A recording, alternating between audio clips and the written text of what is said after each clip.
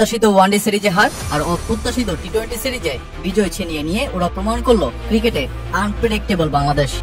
শেখ মেহেদীকে টি-20-র জন্য গড়ে তোলা, তাকে ধারাবাহিকভাবে দলের সুযোগ না দেওয়ায় একটা প্রশ্ন তো ছিলই। তবে কলম্বোয় সিরিজ নির্ধারণী ম্যাচে সুযোগ পেয়েই তো শেখ মেহেদী নিজেকে প্রমাণ করলেন, রীতিমতো গুড়িয়ে দিলেন লঙ্কান ব্যাটারদের। তার অব্রেকের ধাঁধায় উপড়ে গেছে 2 স্ট্যাম্প আর ক্যাচ উঠেছে 2টো, আর সাথে এই স্পিনার ভেঙেই তো বসলেন হরভজন সিং এর দীর্ঘ 13 বছরের রেকর্ডটাও। 83 রানের পর এবার 8 উইকেটে জিতে লঙ্কান আকাশে গর্জনটা যে উঠলো টাইগারদেরই, সাথে ঐতিহাসিক সিরিজ জয়টাও তো আছেই। টি-20 ক্রিকেটে এক মিশ্র স্বাদই উপভোগ করছে বাংলাদেশ। সাইন ওয়েবের মতন পারফরমেন্স কখনো ম্যাক্সিমাম, কখনো মিনিমাম।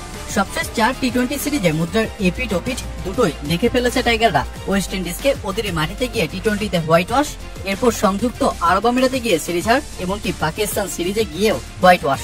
তাই দলের উপর চাপ ছিল মস্ত বড়। জয়ের ক্ষুধায় যখন ক্ষুধার্ত বাংলাদেশ, তখনই লঙ্কান ডেরায় ঘটল বিস্ফোরণটা।